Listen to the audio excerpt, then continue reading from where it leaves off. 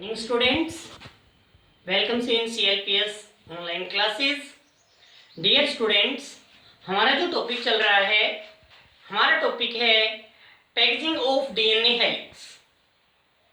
DNA है वो cell के अंदर कैसे पैक रहता है, इस टॉपिक के बारे में हम स्टडी करेंगे। बहुत सिंपल सा टॉपिक है हमारा। आपको क्या करना है कि टॉपिक स्टार्ट करना है पैकेजिंग ऑफ DNA हेलिक्स। यहां आपको जो ध्यान देना वो ये याद रखना है कि जैसे हम ह्यूमन बींग्स से स्टार्ट करते हैं, ह्यूमन बींग्स के अंदर जो लेंथ है DNA की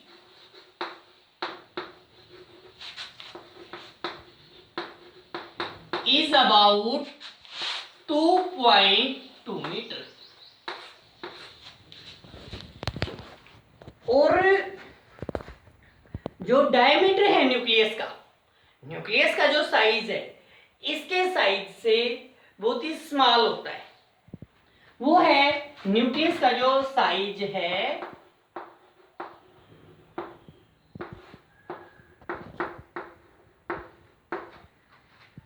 10⁻⁻⁶ मीटर।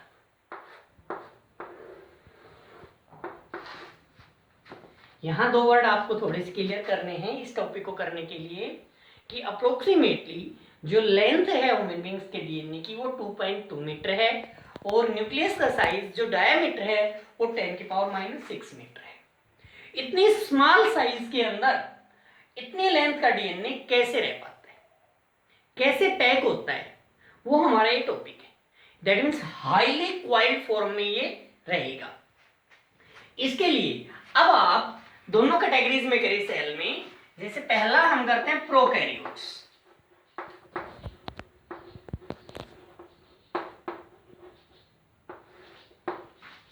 प्रोकैरियोट्स के अंदर DNA है वो कैसे प्रेजेंट होता है। आप एक प्रोकैरियोटिक सेल के बारे में थोड़ा सा डिस्कस करें तो ये प्रोकैरियोटिक एक सेल की हमने स्ट्रक्चर बनाई। यहाँ पे प्रोकैरियोटिक सेल के अंदर न्यूक्लियर मेम्ब्रेन, न्यूक्लियस के चारों ओर जो मेम्ब्रेन होती है वो एब्सेंट होती है और ये साइटोप्लाज्म हो गया। दैट मीन्स साइटोप्लाज्मा और न्यूक्लियर DNA है ये बिल्कुल कंटिन्यूअस है, एक दूसरे से सेपरेट नहीं है। इस रीजन को जहां पे DNA मिल रहा है इस रीजन को न्यूक्लियोइड कहा गया। अब यहां क्वेश्चन ये है कि भैया DNA है कंप्लीट साइटोप्लाज्म में स्कैटर्ड क्यों नहीं है, एक जगह पे यहां क्यों हमने शो कर रखा है DNA। इसका रीजन आप क्या बताएंगे कि भाई प्रोकैरियोट्स के अंदर DNA हेलिक्स की पैकेजिंग कैसे हुई, तो उसके लिए आप ये बताओगे कि DNA पे नेगेटिव चार्ज होता है। DNA पे कैसे चार्ज आपको याद रखना है, नेगेटिव चार्ज होता है DNA पे, और कुछ पॉजिटिव चार्ज प्रोटीन्स प्रेजेंट होती है न्यूक्लियोइड रीजन में। तो DNA के ऊपर नेगेटिव चार्ज और कुछ पॉजिटिवली चार्ज प्रोटीन्स प्रेजेंट होते हैं न्यूक्लियोइड रीजन में। उन पॉजिटिवली चार्ज प्रोटीन्स के चारों ओर ये रैप्ट कर जाता है DNA और इस रीजन की वजह से ये कंप्लीट साइटोप्लाज्मा में स्कैटर्ड नहीं होता, एक फिक्स जगह पे ही मिलता है। उस रीजन को न्यूक्लियोइड कहा गया। तो ये टॉपिक है हमारा प्रोकैरियोट्स का। अब टॉपिक आता है यूकैरियोट्स के अंदर। यूकैरियोट्स की जब हम बात करते हैं तो आपको ये ह्यूमन बींग्स वाली सेल्स का ये टॉपिक करना है कि भाई इतनी स्मॉल लेंथ के अंदर, इतनी स्मॉल साइज के अंदर इतनी बड़ी लेंथ का DNA कैसे रहता है, तो वो हाईली क्वाइल्ड फॉर्म में रहता है। उसके बारे में आप लोगों को करना है।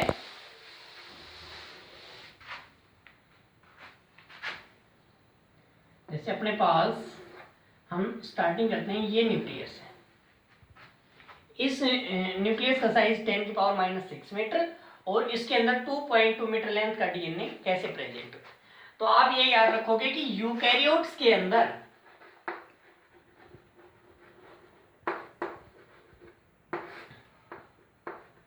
यूकैरियोट्स के न्यूक्लियस के अंदर कुछ पॉजिटिव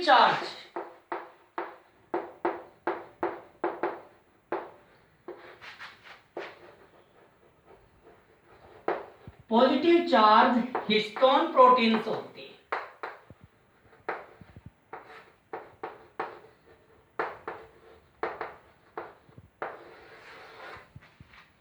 न्यूक्लियस के अंदर पॉजिटिवली चार्ज हिस्टोन प्रोटीन्स होती हैं और ये बेसिक हिस्टोन प्रोटीन्स हैं जो कि साइड चेन्स, किसी भी प्रोटीन्स के ऊपर जो चार्ज आता है उसकी साइड चेन्स की वजह से आता है।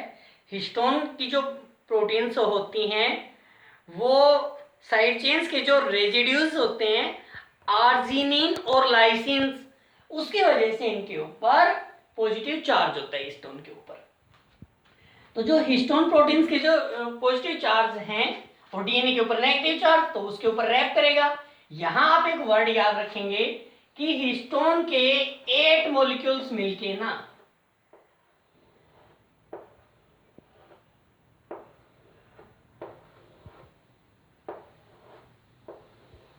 हिस्टोन के 8 मॉलिक्यूल्स मिलके ना एक हिस्टोन ऑक्टामर की फॉर्मेशन करते हैं। ऐसे ये एक हिस्टोन ऑक्टामर आप एक पूरा ही बना लेंगे कंप्लीट। अलग अलग आपको यूज नहीं करने, बस आपको ये याद रखना कि ये एक हिस्टोन ऑक्टामर की फॉर्मेशन होगी। हिस्टोन के 8 मॉलिक्यूल्स मिलके एक हिस्टोन ऑक्टामर की फॉर्मेशन करते हैं।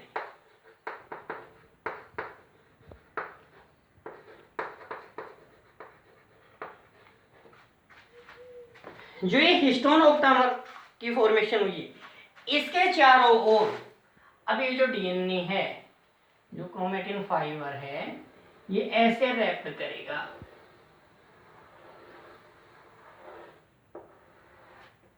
ऐसे आप लोगों को हिस्टोन ऑक्टामर के चारों ओर रैप कर गया। ये जो स्ट्रक्चर बन गई हिस्टोन ऑक्टामर और ये क्रोमेटिन फाइबर, ये जो स्ट्रक्चर बन गई, इस स्ट्रक्चर को न्यूक्लियोसोम कहा गया। ऐसे ही यहां एक और हिस्टोन ऑक्टामर मिलेगा आपको और उसके चारों ओर फिर ये डीएनए रैप्ड किया हुआ मिलेगा। ऐसे एक और हिस्टोन ऑक्टामर मिलेगा आपको और उसके चारों ओर ऐसे यहां पे ये प्रेजेंटेशन होती है, न्यूक्लियोसोम्स प्रेजेंट होते। हिस्टोन ऑक्टामर के चारों ओर डीएनए रैप कर रहा है, डीएनए के ऊपर नेगेटिव चार्ज, हिस्टोन ऑक्टामर के ऊपर पॉजिटिव चार्ज, ये इसके ऊपर रैप कर रहा है, न्यूक्लियोसोम बना रहा है। यहां जो आप वर्ड याद रखेंगे कि एक टिपिकल न्यूक्लियोसोम के अंदर अप्रोक्सीमेटली 200 बेस पेयर होते हैं। एक न्यूक्लियोसोम के अंदर आप याद रखेंगे 200 बेस पेयर्स प्रेजेंट होते हैं। तो ऐसे आप काउंट भी कर सकते हैं कि भी टोटल ह्यूमन बींग्स के अंदर कितने न्यूक्लियोसोम्स प्रेजेंट होते हैं एक सेल में, आप काउंट कर सकते हैं क्योंकि बेस पेयर्स आप लोगों को पता है ह्यूमन बींग्स की एक सेल में। अब इन बेस पेयर्स बेस पे आपको न्यूक्लियोसोम भी काउंट करने, ये कर लोगे आप। अब देखो इस स्ट्रक्चर को हम देखें तो ये स्ट्रक्चर हमें दिख रही है बीड्स ऑन स्टिंग, रस्सी के ऊपर जो छोटी छोटी गांठें होती है उस टाइप में हमें दिख रही है। क्रोमेटिन फाइबर्स इस टाइप से प्रेजेंट होते हैं। अब इसी को थोड़ा सा आगे इस टॉपिक को और बढ़ाना है आपको, वो ये है at the time of cell division, metaphase stage आती है सेल डिवीजन की, उस टाइम पे इस डीएनए को और कंडेंस होना पड़ता है। और ज्यादा कंडेंस करने के लिए आप वर्ड याद रखेंगे non histone chromosomal proteins, non histone chromosomal proteins. ये जो नॉन हिस्टोन क्रोमोसोमल प्रोटीन्स होती हैं इनके ऊपर भी पॉजिटिव चार्ज होता है। तो in non histone protein chromosomal protein की वजह से डीएनए है वो और ज्यादा कंडेंस हो जाता है। तो कुछ जगह पे डीएनए ज्यादा कंडेंस होता है, कुछ पे कम। जहां पे लेस कंडेंस होता है, लूज कंडेंस जिसको आप बोलेंगे, उसको बोलेंगे यूक्रोमेटिन। जहां पे ज्यादा कंडेंस हो जाता है उसको हम बोलेंगे हेट्रोक्रोमेटिन। जो यूक्रोमेटिन होता है वो ट्रांसक्रिप्टिवली एक्टिव होता है और जो हेट्रोक्रोमेटिन होता है वो ट्रांसक्रिप्टिवली इनएक्टिव होता है। तो ये टॉपिक है आज का अपना, जिसमें आपको कर रहा है packaging of DNA helix. Zoom पे भी आपको मैंने ये करवाया था, नहीं क्लियर हुआ है तो आप कर लेना। किसी स्टूडेंट को प्रॉब्लम हो तो आप डायरेक्ट कांटेक्ट कर लेना, आपका ये टॉपिक हो जाएगा।